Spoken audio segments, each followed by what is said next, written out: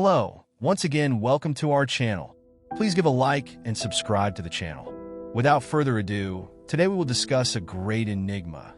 We have no idea how it is, or we have a completely different perception of what the Islamic religion is. It is the second largest religion in the world, following only Christianity. For Muslims, there is only one God, called Allah, and their view of Jesus is a bit different from what most Christians are used to. But after all, what is the history of the Islamic religion? If they worship a God named Allah, does that mean Allah is the same God as in Christianity? Or is there another God? I will try to answer these and other questions for you to understand everything about Islam. To start, you need to know how the religion emerged. In the year 570 AD, in the city of Mecca, in Saudi Arabia, a man named Muhammad was born. He was part of the Quraysh tribe, coming from an extremely poor family. Muhammad worked as a merchant from a young age, which allowed him to interact with people from various cultures. He lost his parents when he was still a child, and he was raised by his uncle Abu Talib. By the age of 25, Muhammad had traveled to many places, but everything changed when he met a wealthy widow named Khadija. After that, Muhammad began to have a more comfortable life, with some financial security. Muhammad used to isolate himself in mountainous regions to pray and meditate. One time, while he was on a retreat at Mount Hira, he had a vision that would change his life.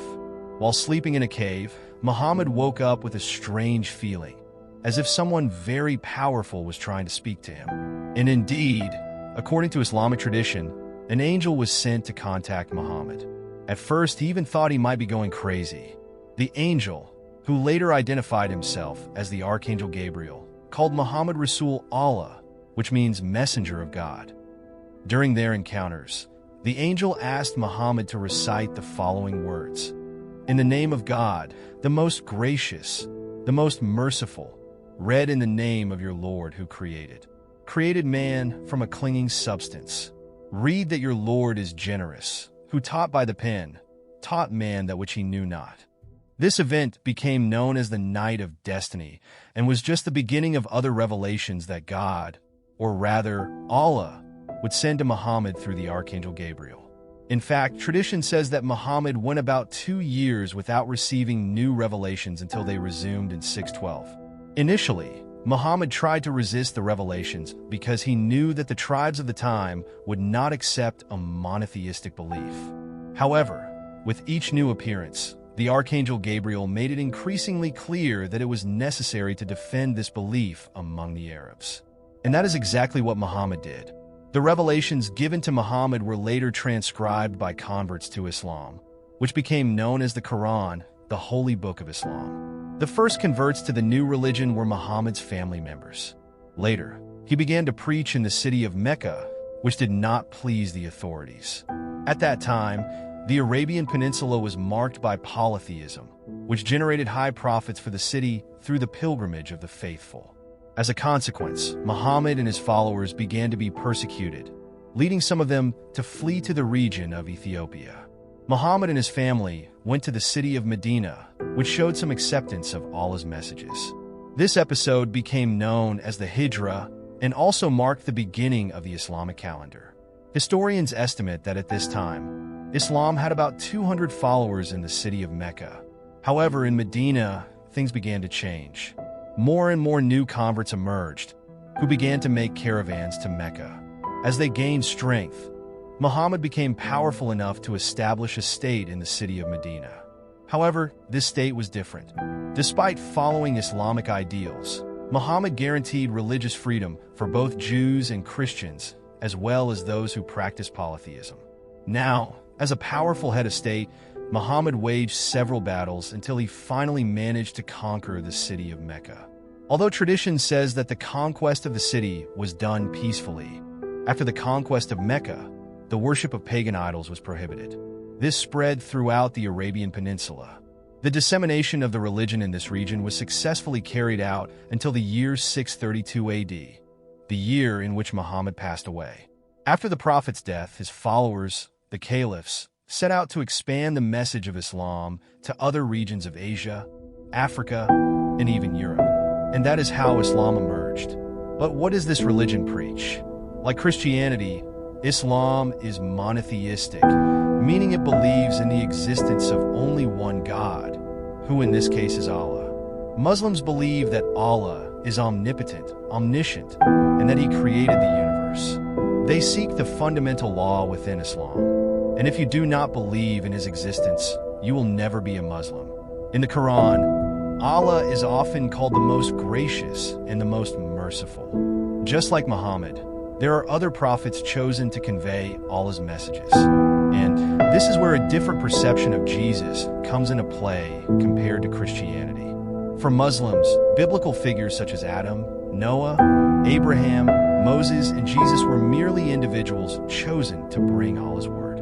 Unlike Christianity, Jesus is not the Son of God. He was simply a prophet chosen to deliver Allah's message. But this does not mean that Muslims disregard the Gospels, for example. Although the sacred prophets of Islam are compiled in the Quran, there are other important texts for the religion, such as the Psalms and the Gospel, which are part of the Bible. Like Christianity, Muslims also believe that one day Allah will judge everyone in a final judgment, condemning or saving people based on their actions in life. Muslims also believe in the existence of angels. As I mentioned earlier, it was through one of them that Muhammad received the sacred revelations. To be a good Muslim, in addition to believing in Allah and following the teachings of the Quran, it is also necessary to follow 5 basic pillars.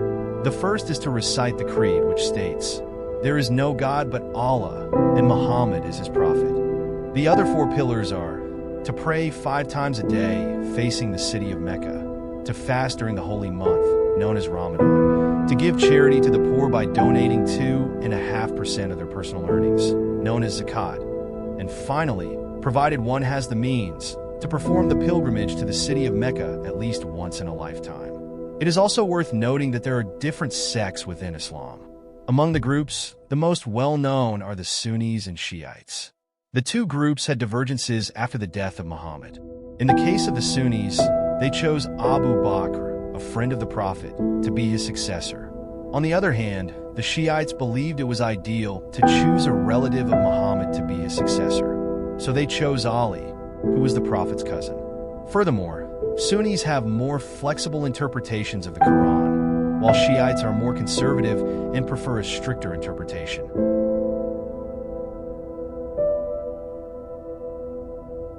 But after all, is Allah, the God of Islam, the same God as in Christianity and other religions?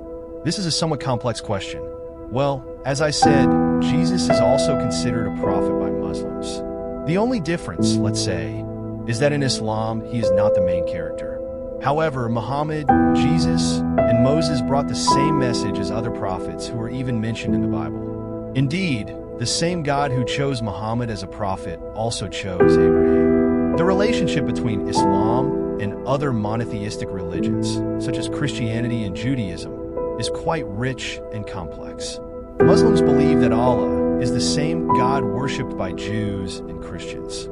This idea is based on the belief that all these religious traditions have common roots. Muhammad is seen as the seal of the prophets, completing a line of prophets that includes Adam, Noah, Abraham, Moses, and Jesus. Each of them, according to Islam, brought messages that, although adapted to their historical and cultural contexts, have a common goal: to guide humanity. Additionally, the figure of Jesus is a point of intersection between the traditions. In Islam, Jesus, Isa, is highly revered, but not as the Son of God. He is considered an important prophet who performed miracles and announced the coming of Muhammad. This fundamental difference in how Jesus is interpreted and his relationship with the divine is one of the main distinctions between Islam and Christianity. Another relevant aspect is the concept of revelation. For Muslims, the Quran is the final and eternal word of God, revealed to Muhammad through the Archangel Gabriel. This is seen as a continuation of the divine message, and the Quran is considered a comprehensive guide for life, encompassing spiritual, social, and ethical aspects. The hadiths, which are records of the words and actions of the Prophet Muhammad, also play an important role in shaping Islamic practice. The practice of Islam revolves around the 5 pillars, which are not just rituals, but also guides for daily life.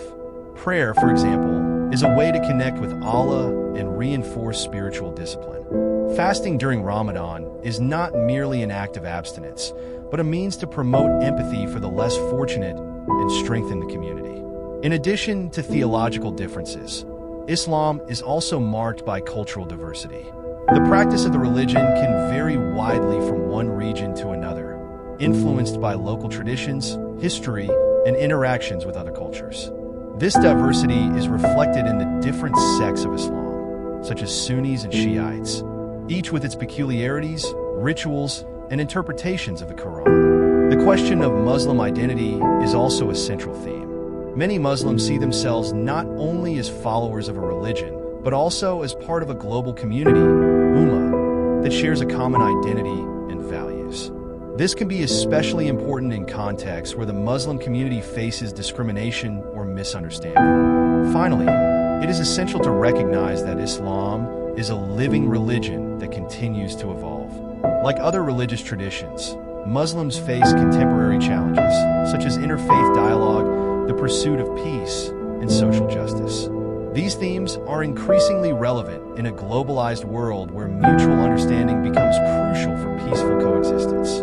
In summary, Islam is a religion rich in traditions and practices that invites reflection on profound questions of human existence, spirituality, and community. Understanding its nuances is fundamental to promoting respect and harmony among different beliefs and cultures.